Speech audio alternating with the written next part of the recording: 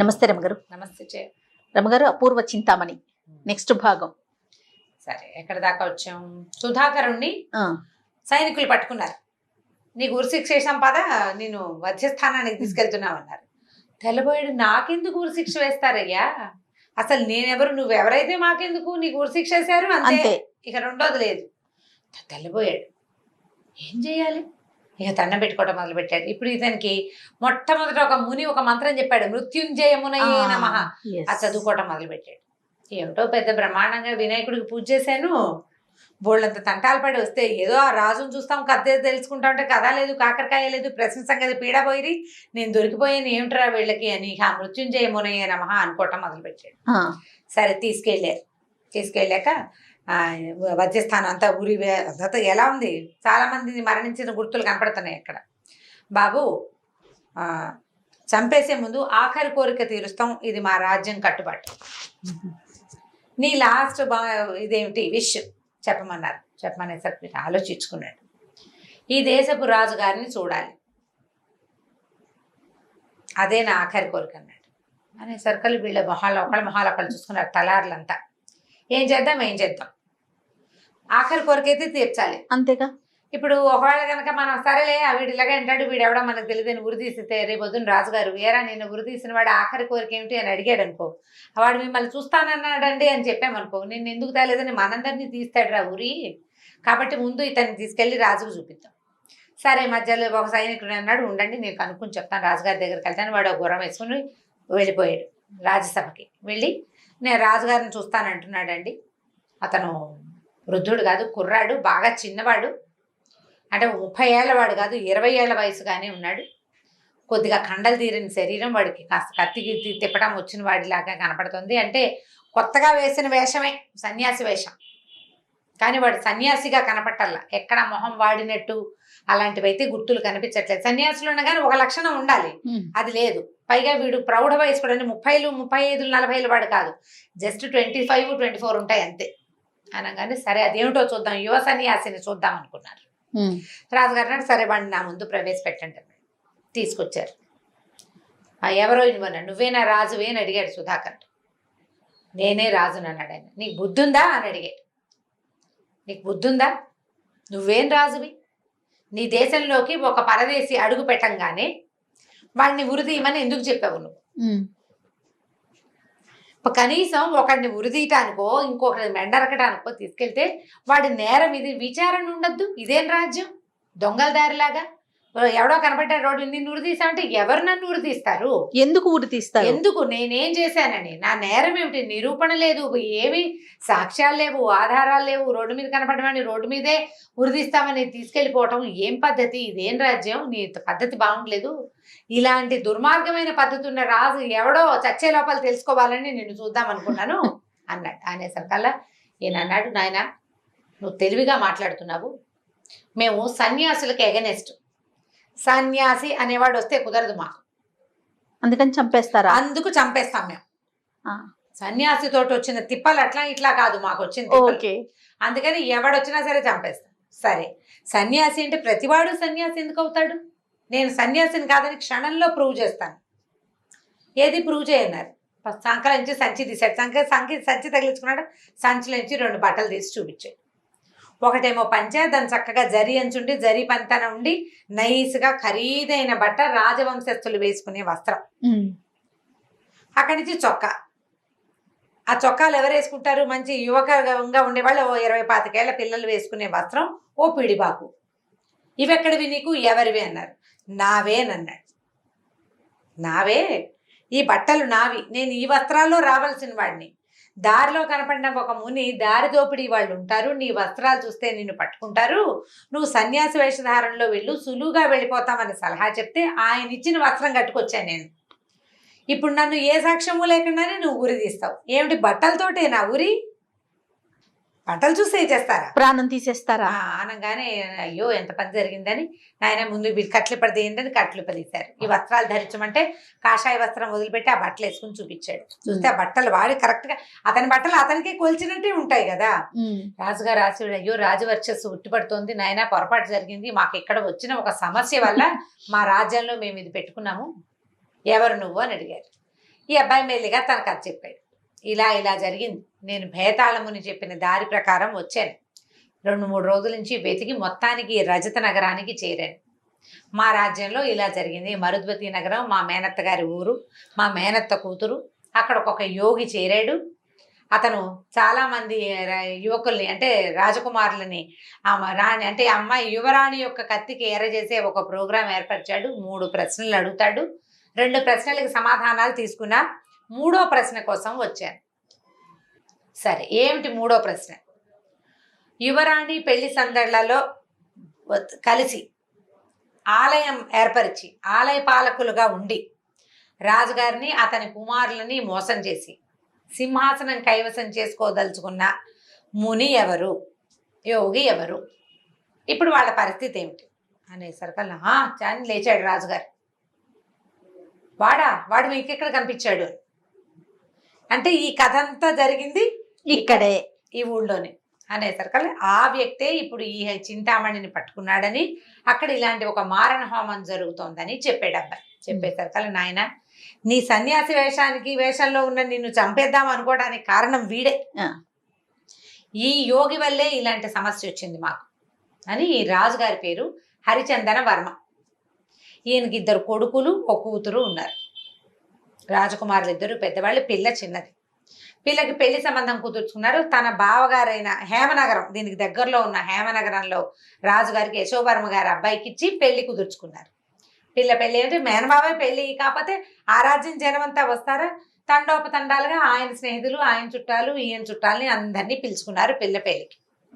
పిల్ల పెళ్ళప్పుడు ఎక్కడెక్కడి నుంచో ఎంతమందో వచ్చారు. సాధారణంగా మామూలు మన పెళ్లిళ్ళకే ఎవరెవరినో పిలుస్తాం.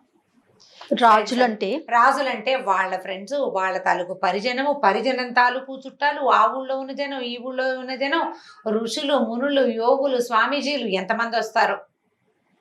ఎంతో మంది వచ్చారు. పెళ్ళైపోయింది గ్రాండ్గా. పిల్లని అత్తారింటికి సాగనంపాం. వచ్చిన చుట్టాలంతా మెల్లిగా ఎవరి దారిని వాళ్ళు డిస్పర్స్ అవటం మొదలుపెట్టారు. ఈ పెళ్లిళ్ళకి ఏంటంటే మన పెళ్ళి అంటే ఓ రోజు ముందు వచ్చి ఆ రోజు మరునాడు వెళ్ళిపోతారు. రాజుల ఇళ్లలో పెళ్లిళ్ళకి 1 రోజులు పట్టేస్తుంది. పైగా ఇవి వేరే ఊళ్ళ నుంచి రావాలి, వేరే ద్వీపాల నుంచి రావాలి, పెద్ద పెద్ద ప్రయాణాలు. ట్రాన్స్పోర్టేషన్ ఇంత సులువు కాదు. రథాల మీద, ఓడల మీద వచ్చారు. వచ్చిన వాళ్ళంతా వెళ్ళాలిగా. ఎవరి దారిన వాళ్ళు చాలామంది వెళ్ళిపోయారు. 1-2 నెలన్నర గడిచేసరికి. అయితే ఈ పెళ్లికి ఇచ్చిన విడుదలు ఉన్నాయి కదా వచ్చిన వాళ్ళందరికీ. ఈ విడుదల్లో ఒక విడుదలో మాత్రం ఇంకా కోలాహలం ఉంది. సరే, ఈ విడుదలో ఉన్న ఆయన ఎవరో చూద్దామని రాజుగారు ఒక సాయంకాలం పూట వ్యాహ్యాళికి భార్యాభర్త కలిసి షికారు వెళ్తూ అందులోకి విడుదలోకి వెళ్ళారు. ఇంకా ఎవరైనా ఉన్నారా, వీళ్ళు అంటే అతిథులు ఎవరైనా ఉన్నారా అని చూస్తే ఒక ఆయన కనపడ్డాడు. ఈయన చక్కటి స్ఫురద్రూపి అయిన యోగి. ఎంతో బాగున్నాడు. ఆ హ్యాండ్సమ్ లుక్ ఎవరినైనా పడేసేస్తుంది అనమాట. సరే నాయన, అయ్యా ఎవరండి, ఏ ఊరు, మీరు ఎక్కడి నుంచి వచ్చారు, పిల్ల పెళ్ళంతా హడావిడంతా తీరిపోయింది, మీరు ఇంకా వెళ్ళలేదంటే ఆయన గంభీరంగా కళ్ళు మూసుకుని చెప్పాడు. ఏంటంటే, శివుడి ఆనతితోటే నేను ఈ ఊళ్ళో ఉన్నాను రాజా. పరమశివుడు నీ యందు ప్రత్యక్షం కాబోతున్నాడు. నేను వివాహానికి ముందే వచ్చాను. నాకు అప్పటికే తెలుసు ఈ వివాహపు హడావిడంతా అయిపోయి నీ చుట్టాలు పక్కాలు అందరూ వెళ్ళిపోయాక నేనే నీ దగ్గరికి రావాలనుకుంటున్నాను. ఈ లోపల నువ్వే వచ్చావు. పరమశివుడు నాకు ప్రత్యక్షం అవుతానని చెప్పాడు. నీ ఊళ్ళో ఒక చోట ఈ శివుడి ప్రతిమ లభించబోతోంది ఆయన నాకు చెప్పాడు. కాబట్టి అంజనం వేసి ఈ ఊళ్ళో ఎక్కడుందో చూస్తాను నేను దాన్ని. ఆ శివుడు విగ్రహం బయలుపడ్డాక విగ్రహం తీసుకుని నా దారిని నేను వెళ్ళిపోతాను. ఆయన ఎప్పుడు ప్రత్యక్షం అవుతాడని చూస్తున్నా, ఇంకా ఆజ్ఞ రాలేదని చూస్తున్నాను అన్నాడు. అమ్మ బాబోయ్, శివుడే కల్లో కనపడ్డాడో నిజంగానే కనపడ్డాడో. వచ్చేస్తాను మీ ఊరు, మన ఊరికి శివుడు వస్తానని ఒక యోగికి చెప్పటం, ఆ యోగి మన ఊరు వచ్చేయటం, ఆయన మనకే ఎదురుపడ్డాం. ఇంకేముంది, శివ సాక్షాత్కారం అంటే చిన్న విషయం. అది రాజు రాణి మైమర్చిపోయారు. హరిచందన్ వర్మ భార్యను. అక్కడి నుంచి కొడుకులు కూడా వచ్చారు. ఇదంతా ఏదో హడావిడిగా ఉందని అందరూ కలిసి పాద పూజ చేశారు. స్వామి, ఆ శివస్వామి విగ్రహం ఎక్కడి నుంచి బయటపడుతుందో చూడండి, అంజనం వేయండి, అది ఇది అన్నారు. సరే, యోగ్ గారిని చక్కగా పాద పూజ అవి చేసి అంతఃపురానికి తీసుకెళ్లారు. చాలా విశేషంగా సేవించారు. ఆ రోజుకి 3 రోజుల తర్వాత రాజుగారు రాణిగారి అంతఃపురానికి దగ్గరలో ఉన్న ఒక ఉద్యానవనంలో ఒక సంపంగి చెట్టు కింద ఇక్కడ తవ్వండి అని చూపించాడు. అక్కడ తవ్వితే బ్రహ్మాండమైన పాలరాతి నటరాజ విగ్రహం బయటపడింది. అక్కడ శివుడు అక్కడ రాదలుచుకున్నాడని చెప్పాడని ఈయన చెప్పాడనమాట. ఇక ఆ విగ్రహం చూసేసరికల్లా జనం పిచ్చెక్కిపోయారు. భూమిలో నుంచి నటరాజస్వామి విగ్రహం రావడం అంటే ఎంత గొప్ప విషయం. ఇక జనం మైమర్చిపోయారు. ఆయన ఆనందంతో, రాజా నేను వచ్చిన పని అయిపోయింది, నేను వెళ్ళొస్తాను, శుభం భూయాత్ అన్నాడు. అనగానే వీళ్ళు ఆశ్చర్యపోయారు. అదేంటి స్వామి ఇంత విగ్రహం బయలుపడింది, మీరు ఏదైనా చేస్తారనుకున్నామంటే ఏం చేయను, నేను ఎక్కడ బయటపడ్డానో అక్కడే నాకు గుడి కట్టమన్నాడు శివుడు. నేనా యోగిని, గుళ్ళు నేను కట్టలేను. నేనేం చేయగలను, పూజ చేసుకోగలను, జపం చేసుకోగలను, తపస్సు చేసుకోగలను. గుడి కట్టడం రాజుల పని కానీ నా పని కాదే, నా వల్ల కాదు కదా, నాకంత శక్తి లేదు అనేసరికల్లా రాజుగారు ఇప్పుడు చూడు దేవాలయం కట్టారు. అబ్బాయి మాకు కూడా శక్తి లేదండి తూచంటాడా రాజు అనడు. రాజు నాకుంది కదా శక్తి, పైగా ఇది నా రాజ్యం, నా అంతఃపురం, నా తాలూకు ఉద్యానవనం. పరమశివుడు నా యందు దయతోటి నా రాజ్యంలో ప్రత్యక్షం అవుతానని ఒక మునిని నా దగ్గరికి పంపిస్తే కాదని అనడానికి నేనెవండి? ఇదంతా శివుడిదే కదా ఈ సామ్రాజ్యం అంతా. భగవంతుడికి కాంతి ఏదైనా ఉందా ఇక్కడ? గుడే కదా, ఎంతలో కడతామన్నారు. బ్రహ్మాండంగా దేవాలయం కట్టారు. మరి యోగి ఉండాలి కదా, ఆయనకు ఒక ఆశ్రమం ఏర్పాటైంది. ఇక యోగి గారి ప్రత్యేక ఆశ్రమం ఏర్పాటైంది. శివాలయంలో శివ సన్నిధిలో శివుడికి జరగాల్సినవన్నీ జరిగిపోతున్నాయి. యోగి గారు కూడా తనకు కావాల్సినవి కూడా జరిపించుకోవటం విడిగా మొదలుపెట్టారు. ఆయనకి బోల్డంత శిష్యగణం ఏర్పడింది. శిష్యులకేముంది, ఈ రోజున అలాగే అవుతున్నారు, ఆ రోజున అట్లాగే పిచ్చకపోయేవాళ్ళు జనం, ఓ చేరేవాళ్ళు, భక్తులు, ప్రవచనాలు, సేవలు, పాద పూజలు, తర్వాత మెల్లిగా ఏకాంత సేవలు కూడా మొదలైపోయింది. ఈయన యువకుడు, స్ఫురద్రూపి. యువకుడు అంటే 20 ఏళ్ళ వాడు కాదు, 30-35 ఏళ్ళు ఉంటాయి. పైగా గంభీరంగా మంచి నటిస్తాడు. రాజాశ్రయం పొందేసరికల్లా అప్పటిదాకా ఉన్న ఈ పూసలు వాటికి బంగారు డిప్పలు అవి చేరి చక్కగా గ్రాండ్ గా కనపడతాడు. అలంకారం బాగుంటుంది, పాష్ అండ్ పాలిష్డ్ గా కనిపిస్తున్నాడు. ఇక ఏకాంత సేవలు మొదలైపోయినాయి. మెల్లిగా మంత్రుల భార్యలు, సైన్యాధిపతుల భార్యలు, వార వీర స్త్రీలు ఎక్కువగా చేరటం కనపడడం మొదలుపెట్టింది. ఈయనకి పెద్దగా నచ్చటం లేదు రాజుగారికి. ఇక్కడ ఏదో లొసుగుందని తెలుస్తోంది. లొసుగేమిటో తెలియదు. ఎందుకంటే ఈయన భార్య కొంచెం పెద్దది, పిల్లకి పెళ్లి చేసిన వయసు ఆవిడ వెళ్ళదు. ఆవిడ దండ పెట్టుకు లేచక్క వచ్చేస్తుంది. రాజకుమారులు ఇద్దరికి ఇంకా వివాహితులు కాదు, వాళ్ళకి భార్యలు లేరు కాబట్టి వాళ్ళకి తెలియదు. కూతురికి పెళ్ళైపోయింది, ఈయనకి తెలియదు. ఎవరైతే ఈ ఆశ్రమానికి వెళ్తున్నారో స్త్రీలు, వాళ్ళ భర్తలకి వాళ్ళ ఇంట్లో వాళ్ళకి ఇక్కడ ఏదో ఉందని అనుమానంగానే ఉంది. రాజుకు ప్రత్యక్షానుభవం కాల. యోగి గారి చిన్నలు పెరిగిపోతున్నాయి రోజు రోజుకి, రోజుకో రకం. సరే ఏం చెయ్యాలో తెలియదు. ఈ రోజులు గడుస్తుండగా ఏమైంది, ఈ కోలా దేశం అని ఒక దేశం దగ్గరలో, ఆ కోలా దేశానికి చంద్రసేనుడని ఒక రాజు ఉన్నాడు. చాలా కాలం క్రితం వాళ్ళకి యుద్ధం జరిగింది. ఈయన మన ఈ హరిచందన్ వర్మకి తను కొడుకులే కాకుండా యశోవర్మన్ వాళ్ళ బావగారు ఉన్నాడు కదా, పక్కన కూతురు ఇచ్చిన అక్క కొడుకు అక్క భర్త, వాళ్ళిద్దరు కూడా తోడవుతారు. మామూలుగా ఒక రాజ్యం యుద్ధానికి వెళ్తే ఒక రకం, 2 రాజ్యాల వాళ్ళు కలిస్తే బలం పెరిగిపోతుంది కదా. ఈ కోలా దేశం వాళ్ళకి వీళ్ళకి ఒకప్పుడు యుద్ధం జరిగితే 1 కోటి రూపాయలు కప్పం కట్టి వీళ్ళకి నీకు లోబడి ఉంటానని ఒప్పుకున్నాడు ఆ కోలా దేశపు రాజు. ఓహో. సడన్ గా ఒక రోజు అతను దండయాత్రకు వచ్చాడు. వీళ్ళకి కప్పం కట్టి ఉంగి ఉండేవాడు ఎందుకు వస్తున్నాడు, వాడికి ఇక్కడదేదో గుట్టుమట్టు తెలుసు అనమాట. వాడు యుద్ధానికి వచ్చేసరికల్లా ఈయన వెంటనే ఏం చేశాడు, కొడుకుల్ని బయలుదేరి తీసుకున్నాడు యుద్ధానికి. అక్కడి నుంచి ఆ బావకి అల్లుడికి కబురు చేశాడు. అల్లుడు రాలేదు కానీ బావగారు సైన్యంతో వచ్చాడు. ఈయన కొడుకులు, రాజుగారు కుమారులు బయలుదేరే రాజకుమారులను, బావగారు వచ్చారు. వెళ్ళి ఆ కోలా దేశం మీద పడేసరికల్లా అతను దొరికిపోయేసరికల్లా ఇతను, నువ్వు ఆల్రెడీ మాకు లొంగి ఉన్నవాడివి, అసలు ఎందుకు ఇలా ముందుకు వచ్చావు, నువ్వు నీకెవరు ప్రేరేపించారంటే చెప్పడు వాడు. ఏదో ఉంది లొసుకు, నాకు అక్కడి నుంచి ఒక సమాచారం అందింది, మీ దగ్గర ఉన్న సైన్యాధిపతులు వాళ్ళందరూ వీక్గా ఉన్నారని, అందుకని నేను ఇప్పుడు గెలిచేస్తానని దిగానంటాడు. ఎవరి ద్వారా నీకు ఈ కబురు వచ్చింది అంటే చెప్పడు. సరే వాడిని పట్టుకుని ఏం చేయాలి, వీడిని ఏదో ఒకటి చెయ్యాలి. ఆల్రెడీ కట్లపాము ఇది, ఓసారి ఓడిపోయి లొంగి ఉండి ఇప్పుడు మళ్ళీ దొరకంగానే అవకాశం దొరికేసరికి మళ్ళీ తిరగబడ్డాడు. కాబట్టి వీడిని ఏం చేశారంటే చిత్రవధ చేయండి అని అతన్ని చావగొట్టించారు, జైల్లో పడేశారు. సరే వీళ్ళు గెలిచేశారు కదా, గెలిచేస్తే బావగారేమో వాళ్ళ ఊరు వెళ్ళిపోయాడు. ఈయన కొడుకులు కలిసి వెనక్కి బయలుదేరేసరికల్లా మధ్యదారిలో ఒక చోట విడిది చేస్తే ఈ యోగి గారు వీళ్ళ ఊళ్ళో ఉన్నాడు కదా, శివాలయం కట్టించిన బ్రహ్మాండ యోగి, ఈయన యోగానందుడు, ఆయన పేరే యోగానంద యోగి అనమాట. ఆయన కాస్త కనపడ్డాడు అడవిలో. వీళ్ళకి కనబడి రాజుగారిని పలకరించాడు. రాజుగారికి ఈయన మొహం గిట్టకుండా ఉంది, ఈయన ప్రవర్తన బాగుండలేదని అనుమానంగా ఉంది. కానీ ఆయన ఏం చెప్పాడు, నేను పొద్దునే శివార్చన చేశాను, మీరు విజయులై తిరిగి వస్తున్నారని నాకు తెలిసింది, స్వామివారికి అర్చన చేసి తీర్థం పట్టుకొచ్చాను, తీర్థం ప్రసాదం తీసుకోండి అని తీర్థ ప్రసాదాలు రాజుగారికి కుమారులకి అందజేశారు. తీర్థ ప్రసాదాలు సేవించగానే పడిపోయారు వీళ్ళు. పడిపోయారు. యోగి గారు తిరిగి వెళ్ళిపోయి వెంటనే ఊళ్ళోకి వెళ్ళటం ఏమిటి, సైన్యం అంతా ఊళ్ళోకి వచ్చేస్తుంది. రాజుగారు కొడుకులు సంహరించబడ్డారని వార్త బయటకు వచ్చింది. సంహరించబడ్డ వీళ్ళు అడవిలో ఉన్నారు, నిజానికి గెలిచి వచ్చారు. గెలిచి వచ్చేసరికల్లా సరే ఏమైంది, ఇక వెంటనే సైన్యాధిపతులు మంత్రులు అందరూ అయ్యో ఇప్పుడు రాజుగారు లేరు, కుమారులు చనిపోయారు, ఈ రాజ్యానికి రాజెవరు, మరి ఎవరు ఉత్తరాధికారి, పిల్లలకేమో పెళ్ళిళ్ళు కాలేదు.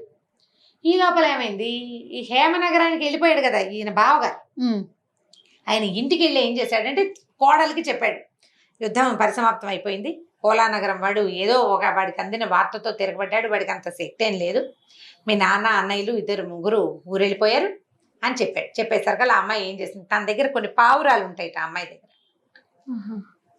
ఎంతో సంతోషం మీరు గెలిచి వచ్చినందుకని పావురాన్ని పంపించింది. పావురాన్ని పంపిస్తే ఆ పావురం ఏమైంది, వీళ్ళు ఊళ్ళోకి వచ్చి రాజుగారు కుమారులు మరణించారని, ఇప్పుడు ఉత్తరాధికారి ఎవరని ఈ హడావిడి జరుగుతున్న క్రమంలో పావురాయి రాణి గారి దగ్గరకు వచ్చింది. సంతోషంగా ఉన్నప్పుడు పంపే వార్త ఆ కాగితము, యుద్ధంలో గెలిచిన అన్నయ్యలకి నాన్నగారికి శుభాభినందనలోని కూతురు రాసిన కాగితం కనపడింది. ఓ పక్కన ఒక తండ్రి పిల్లలు చచ్చిపోయారని వార్త, కూతురేమో ఇది పెట్టింది. ఇప్పుడు కూతురికి ఏం తెలిసి ఉంటుంది, ఎందుకు వచ్చింది ఇట్లా, ఈవిడ గింజుకుపోయింది, ఆవిడకి ఏం చేయాలో తెలియలే. ఇంతలో ఏమైంది, మంత్రులు సైన్యాధిపతులు ఏమన్నారంటే రాజ్యానికి ఉత్తరాధికారి లేరు, ప్రభువులకి యోగానంద యోగి అంటే మహా ఇష్టం కాబట్టి ఈయన్ని రాజుని చేద్దామన్నారు. యోగానందుడు రాజు అన్నారు. ఈవిడికి ఈ యోగానందుడు రాజు ఏమిటో తెలియదు, ఈ కూతురు పంపించిన వార్త ఏమో తెలియదు. ఈ పావురాయి రాగానే దాని వెనకాల ఇంకో పావురాయి వచ్చేస్తున్నాయి సంతోషంగా. పావురాలు 3-4 వచ్చేసినాయి. 3-4 ఒకటే సమాచారం, అంటే మొదట వచ్చిన సమాచారానికి పక్షుల తాలూకు కదలికలను బట్టి అవి సంతోషంగా ఉన్నాయో భయంగా ఉన్నాయో తెలుస్తుంది. ఈవిడికి అర్థం కాలే, చెలికత్తెలందరితో ఇక్కడికి ఏదో జరుగుతోంది, అమ్మాయి ఏమో ఈ వార్త పంపిస్తోంది. అంటే అన్నయ్య గారు వెళ్ళిపోయాడు అనమాట ఇంటికి. అన్నయ్య గారు క్షేమంగా ఇంటికి చేరితే రాజుగారు కొడుకులు రాలేదని వీళ్ళు ఎలా చేస్తారు, ఇక్కడ ఏదో జరుగుతుందంటే ఈ చెలికత్తెల్లో అమ్మాయిలు ఏమన్నారంటే, అమ్మ మీరు ఇక్కడి నుంచి తప్పుకోండి, మీరు అంతఃపురంలోనే ఉన్నట్టుగా మేము సినిమా చూపించేస్తాం, బయట కామ్గా వెళ్ళిపోండి అని ఒక రహస్య మార్గం గుండా రాణి గారిని పంపించేశారు హేమనగరానికి. ఈ ఈవిడేం చేసింది, ఆ రహస్య మార్గంలో ఓ రథము, ఓ 2-3 సైనికులు, ఓ 2 చెలికత్తెల సహాయంతో పారిపోయింది. అంతఃపురానికి యోగానంద ఋషి గారు వేయించేస్తే రాణి గారు బహిష్టు, ఆవిడ కనపడదు ప్రస్తుతం, ఈ 3 రోజుల తర్వాత ఆవిడ కనపడతారు, అసలు ఆరోగ్యం కూడా బాగుండలేదంటే రాణి లేదేమో అన్న అనుమానం రాలా అతనికి. పావురాళ్ళ సంగతి ఎవ్వరికీ తెలియదు, కేవలం అంతఃపుర దాసులకు మాత్రమే తెలుసు, వాళ్ళందరూ దాచేశారు. సరే అతను రాజు అవడానికి అన్ని ఏర్పాట్లు చేసేసుకున్నాడు. సింపుల్. ఈ వెళ్ళిపోయిన రాణి ఆ హేమనగరానికి చేరింది. తండ్రి పిల్లలు రాలేదు, అక్కడ యోగానందుడు రాజు అయిపోతున్నాడు, రాజ్యం అంతా అల్లకల్లోలంగా ఉంది, రాజు కుమారులు మరణించారంటే కొంతమంది ఊళ్ళో జనం అంతా అడిగారు, బాడీస్ ఏవి, శవాలేవి, యుద్ధంలో పోయారు, రాజుగారి శరీరము భౌతిక శరీరము చేరాలి కదా, రాజుగారు రాలేదు, అబ్బాయిలు రాలేదు అని ప్రజలంతా గగ్గోలు పడుతున్నారు. అన్నయ్య గారు ఏం జరిగిందంటే, అసలు ఓడిపోవటం ఏమిటమ్మా, ఒకే దారి, నేను కుడి చేతి వైపుకి చీలి హేమనగరం వచ్చాను, వాళ్ళు ఎడం చేతి వైపుకి మీ దేశానికి రజత నగరానికి బయలుదేరారు, తండ్రి పిల్లలు చిన్న కసుగందలేదు, ఒక గీత కూడా లేదు, యోగానందుడే ఏదో చేసి ఉంటాడని అనుమానం వచ్చింది.